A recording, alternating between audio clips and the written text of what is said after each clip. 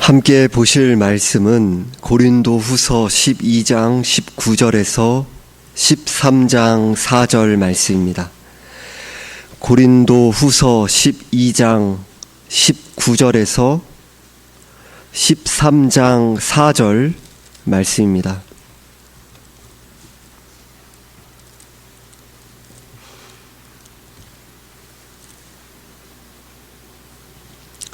합독하시겠습니다. 너희는 이때까지 우리가 자기 변명을 하는 줄로 생각하는구나. 우리는 그리스도 안에서 하나님 앞에 말하노라. 사랑하는 자들아, 이 모든 것은 너희의 덕을 세우기 위함이니라. 내가 갈 때에 너희를 내가 원하는 것과 같이 보지 못하고 또 내가 너희에게 너희가 원하지 않는 것과 같이 보일까 두려워하며 또 다툼과 시기와 분냄과 당 짓는 것과 비방과 수군거림과 거만함과 혼란이 있을까 두려워하고 또 내가 다시 갈 때에 내 하나님이 나를 너희 앞에서 낮추실까 두려워하고 또 내가 전에 죄를 지은 여러 사람의 그 행한 바 더러움과 음란함과 호색함을 회개하지 아니함 때문에 슬퍼할까 두려워하노라. 내가 이제 세 번째 너희에게 가리니 두세 증인의 입으로 말마다 확정하리라. 내가 이미 말하였거니와 지금 떠나 있으나 두 번째 대면하였을 때와 같이 전에 죄 지은 자들과 그 남은 모든 사람에게 미리 말하노니 내가 다시 가면 용서하지 아니하리라. 이는 그리스도께서 내 안에서 말씀하시는 증거를 너희가 구함이니 그는 너희에게 대하여 약하지 않고 도리어 너희 안에서 강하시니라. 그리스도께서 약하심으로 십자가에 못 박히셨으나 하나님의 능력으로 살아 계시니 우리도 그 안에서 약하나 너희에게 대하여 하나님의 능력으로 그와 함께 살리라. 아멘. 오늘 본문 19절에서 너희는 이때까지 우리가 자기 변명을 하는 줄로 생각하는구나. 우리는 그리스도 안에서 하나님 앞에 말하노라. 사랑하는 자들아, 이 모든 것은 너희의 덕을 세우기 위함이니라 라고 말씀합니다. 앞에 문맥에서 바울이 고린도 교회를 섬기며 천막을 만들어 자비량으로 사역을 하고 고린도 교회를 통해서는 재정적인 지원을 받지 않았지만 뒤에서는 자기의 이익을 취하고 있다는 거짓된 비난을 받은 것에 대해 말씀하고 있습니다. 바울은 결코 자신이 뒤에서 자기의 이익을 취하고 있지 않다는 것을 해명합니다. 바울은 자기 변명을 하는 것이 아니라 자기의 구원과 복음 사역의 모든 근거와 토대가 되시는 예수 그리스도 안에서 하나님 앞에서 말한다고 합니다. 고린도 교회 성도들에게 사랑하는 자들아, 이 모든 것은 너희의 덕을 세우기 위함이니라 라고 합니다. 덕을 세운다라는 말씀에서 덕이란 말씀은 원문에서는 기록되어 있지 않습니다. 너희를 세우기 위함이니라 라는 의미입니다. 바울의 마음과 사역이 오로지 영혼들을 세우기 위한 중심을 향하고 있었다는 것을 알 수 있습니다. 예수 그리스도를 믿음으로 거듭나는 이들이 세워지는 것과 진리의 기둥과 터인 주님의 몸된 교회가 진리를 따라 세워지기를 간구하고 힘써온 것이 바울의 삶과 사역이었습니다. 20절에서 내가 갈 때에 너희를 내가 원하는 것과 같이 보지 못하고 또 내가 너희에게 너희가 원하지 않는 것과 같이 보일까 두려워하며 또 다툼과 시기와 분냄과 당 짓는 것과 비방과 수군거림과 거만함과 혼란이 있을까 두려워하고 라고 말씀합니다.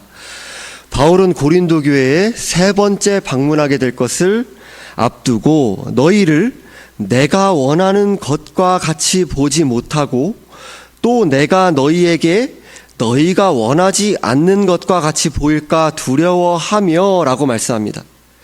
너희를 내가 원하는 것과 같이 보지 못한다라는 것은 고린도 교회의 성도들이 죄로부터 고집스럽게 회개하지 않는 것을 두려워한다라는 것입니다. 또 내가 너희에게 너희가 원하지 않는 것과 같이 보일까 두려워하여 라고 말씀합니다. 참 사랑은 죄가 있는데 아무렇지 않은 것처럼 덮어두는 것이 아닙니다. 고린도 교회를 진리 가운데 세우기 위해 고린도 교회의 성도들이 고집스럽게 죄로부터 돌이키지 않고 회개하지 않는다면 징계를 할 수밖에 없다는 것을 나타내고 있습니다. 바울은 고린도 교회 성도들이 회개해야 할 죄들에 대해 말합니다. 다툼이란 서로 분열하며 싸우는 것을 가리킵니다. 시기란 경쟁하는 위치에 있는 상대방이 잘 되는 모습을 싫어하는 마음입니다. 분냄이란 감정이 크게 실린 상태에서 분노가 갑자기 폭발하는 것을 의미합니다. 당 짓는 것이란 서로의 이익에 따라 무리를 지어 갈라지는 것을 가리킵니다. 비방이란 어떤 사람에 대해 공개적으로 험담하는 것을 가리킵니다. 수군거림이란 보이지 않는 곳에서 은밀하게 어떤 사람에 대해 나쁘게 속삭이는 것을 가리킵니다. 거만함이란 자기 자신이 지닌 본래의 모습보다 자신을 더 과장하며 드러내는 태도를 가리킵니다. 혼란이란 무질서한 어지러움을 의미합니다. 바울은 고린도 교회 성도들이 이러한 죄악들을 고집스럽게 회개하지 않는 것을 두려워한다고 합니다.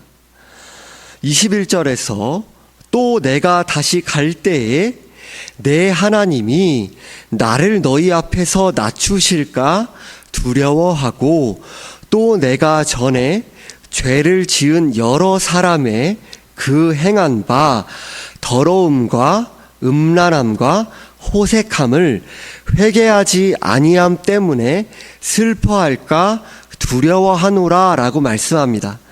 바울은 이전에 고린도 교회에 두 번째 방문했을 때 고린도 교회 어떤 이에게 심한 모욕을 경험하며 하나님께서 바울을 고린도 교회의 성도들 앞에서 낮추시는 일을 겪었습니다. 하나님께서 낮추신 것이지만 분명히 그 바울에게 모욕을 한 그 고린도 교회의 한 사람은 그 죄를 지은 것이죠. 잘못한 것이죠.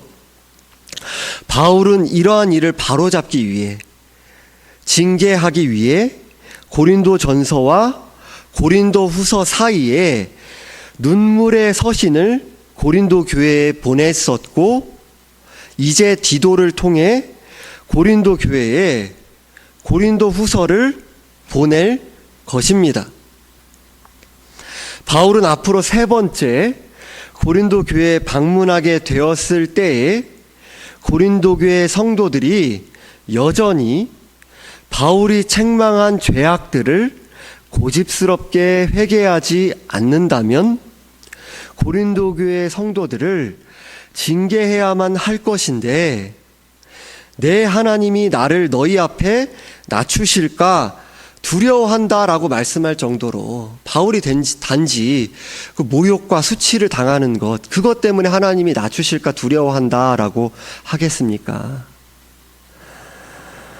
애끓는 마음으로 고린도 교회 성도들이 죄악 가운데 회개하지 않고 그 죄악을 고집스럽게 버리지 않는다면 징계할 수밖에 없는 것인데, 그 애끓는 마음으로 고린도 교회 성도들을 징계해야 하는 아픔과 두려움을 표현하고 있는 것이죠. 또 내가 전에 죄를 지은 여러 사람의 그 행한 바 더러움과 음란함과 호색함을 회개하지 아니함 때문에 슬퍼할까 두려워하노라 라고 말씀합니다. 더러움과 음란함과 호색함이란 성적 타락이 지닌 다양한 특징들을 가리킵니다. 더러움이란 종교 예식상 더러워서 신에게 드릴 것이 못 된다는 의미를 나타냅니다. 이것이 이제 바울이 이야기하는 것은 하나님께 이제 드릴 것이 못 된다라는 것을 가리키는 것이죠. 음란함이란 더러움보다 강한 표현으로 온갖 형태의 불법적인 성관계를 의미합니다. 호색함이란 사회적이고 종교적인 경계선을 무시하거나 넘어서는 여러 가지 타락한 성관계들을 가리킵니다. 고린도 교회에는 아들이 의붓 어머니와 성관계를 갖는 일과 성도들이 이방 신전의 제의에 참여하며 매춘에 다시 참여하는 일과 같은 음행의 죄악이 실제로 벌어지고 있었습니다. 바울은 고린도 교회의 성도들이 이러한 죄악들을 고집스럽게 회개하지 않는 것으로 슬퍼할까 두려워한다라고 합니다.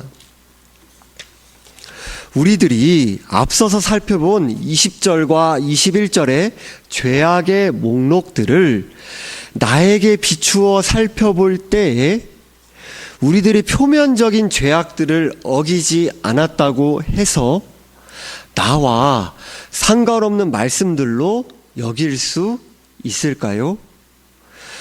우리들이 성경에서 미워하는 것은 살인의 죄를 지은 것이며 배우자가 아닌 다른 이성에게 음욕을 품는 것은 간음하는 것이다 라는 말씀을 생각할 때 마음으로부터의 완벽한 순종을 요구하는 율법의 기준 앞에 마음과 뜻과 힘을 다해 주님 하나님을 사랑하고 내 이웃을 내 몸과 같이 사랑하라고 했죠.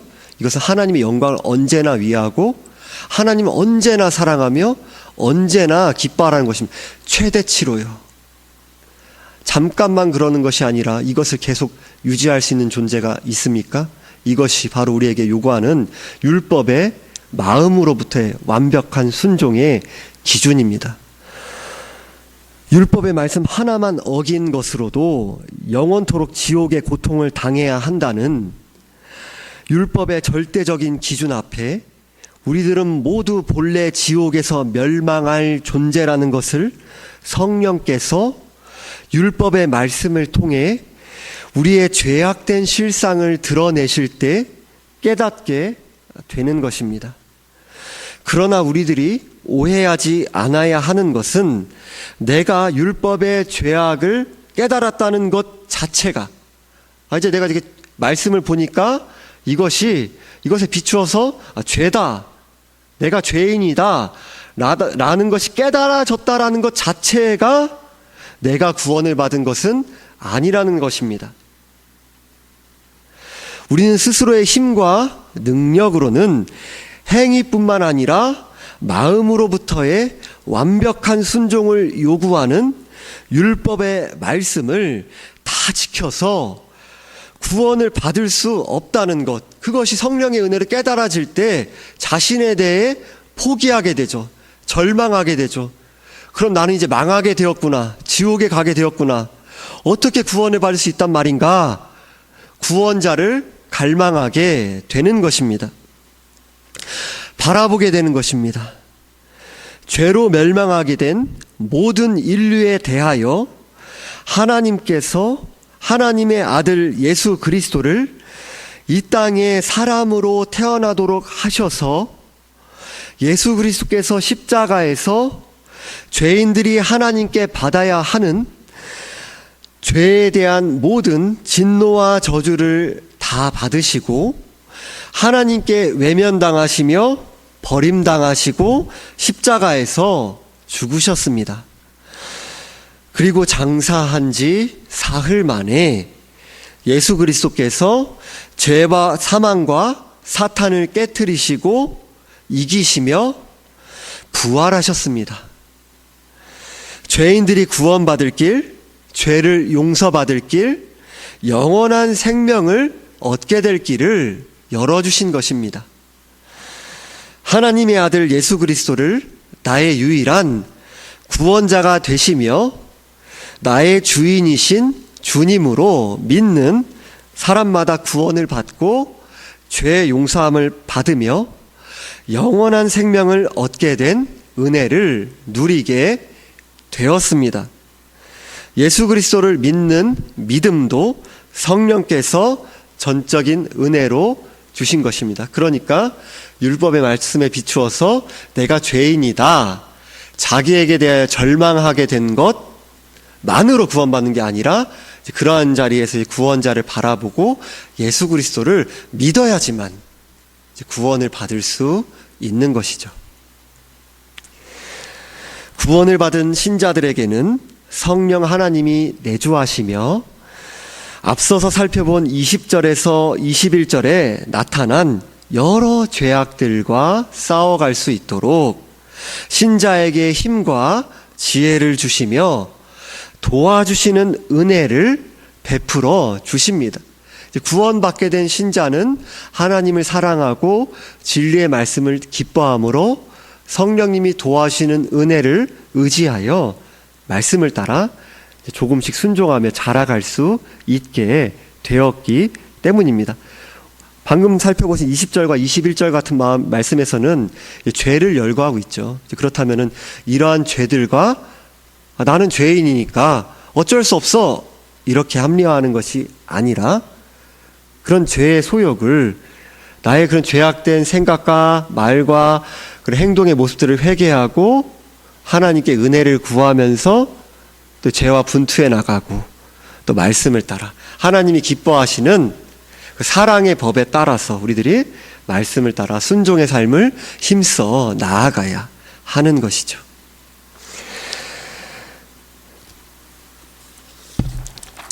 이어서 13장 1절과 2절 말씀에서 내가 이제 세 번째 너희에게 가리니 두세 증인의 입으로 말마다 확정하리라.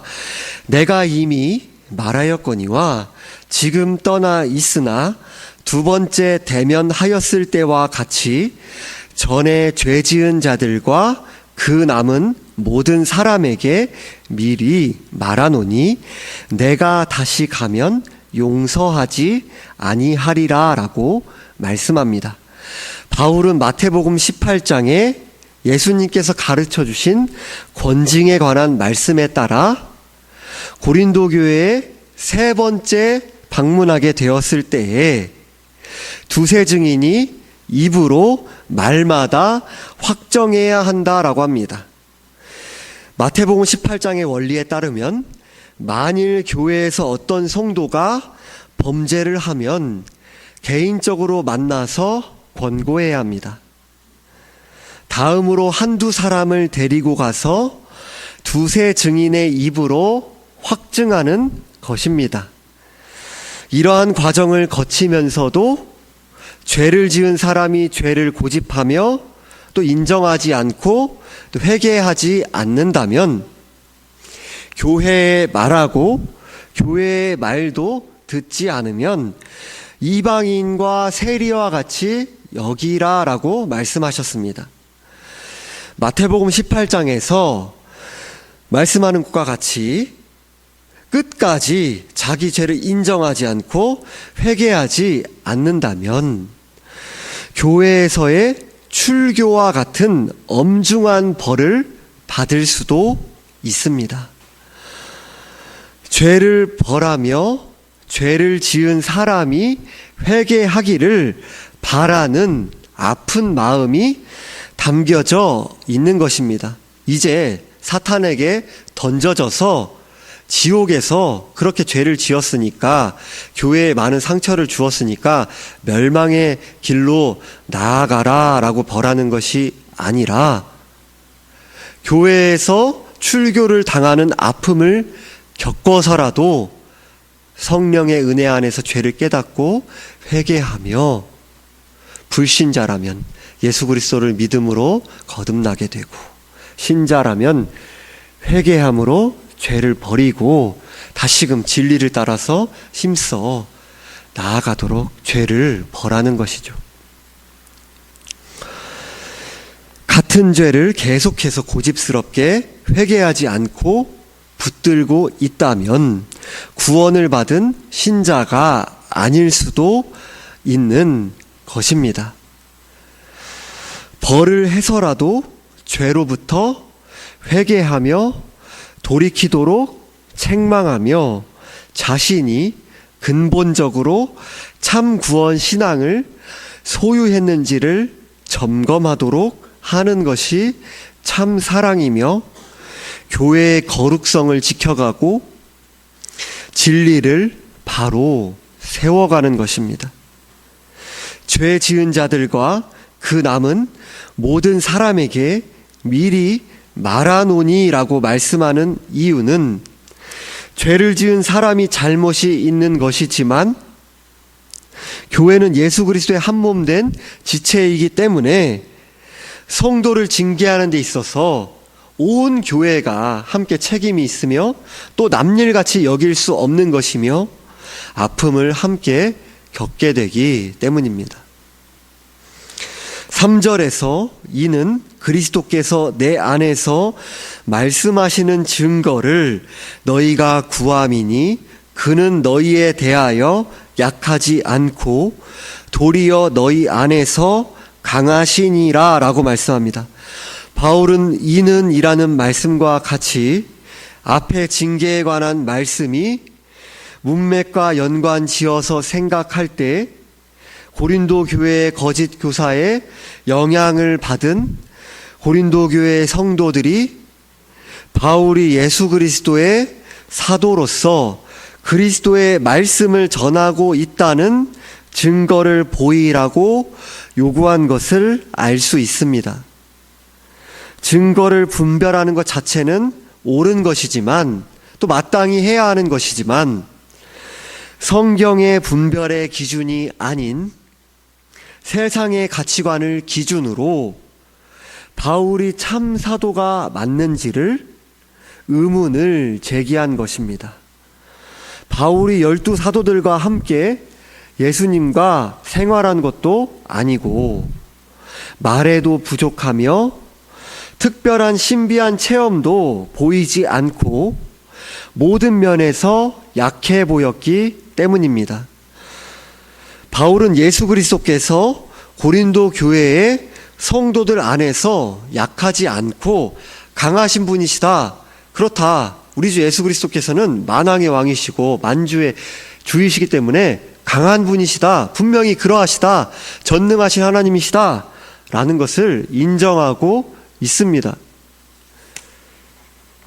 4절에서 그리스도께서 약하심으로 십자가에 못 박히셨으나 하나님의 능력으로 살아계시니 우리도 그 안에서 약하나 너희에게 대하여 하나님의 능력으로 그와 함께 살리라 라고 말씀합니다.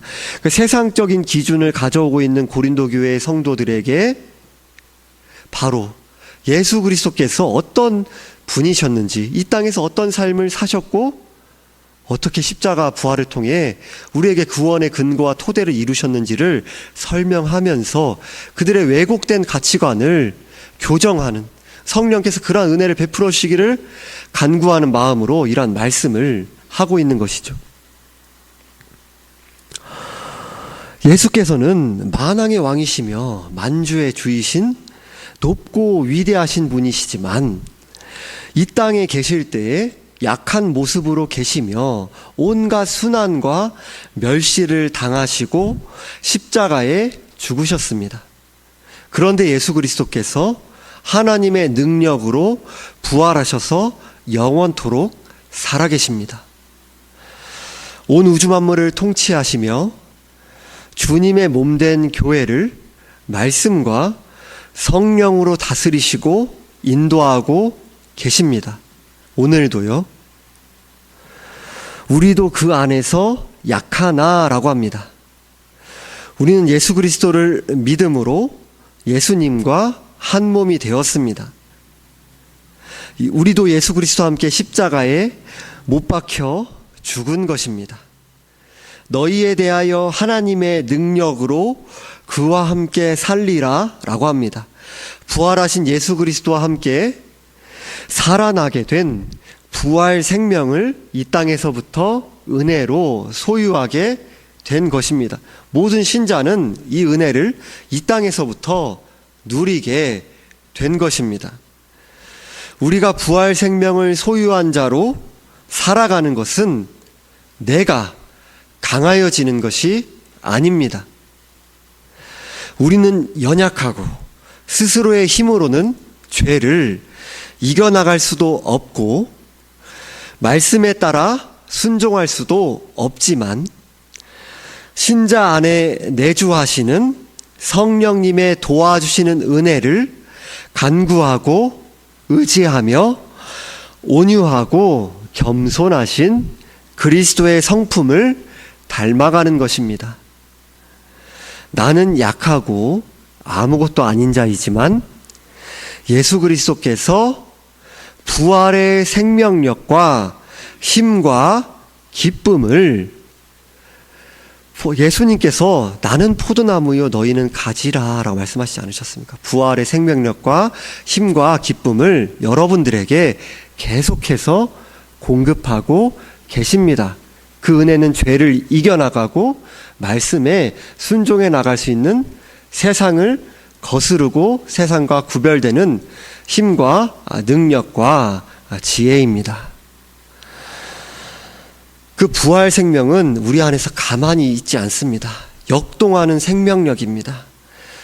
신자의 내적이고 외적인 고난 속에서도 구속의 은혜에 감사하며 소망 중에 인내하고 사랑하며 용서하고 섬기며 진리를 따르는 길을 기꺼이 힘써 가도록 예수께서 우리를 끝까지 붙드시고 주장하시며 인도하십니다. 기도드리겠습니다.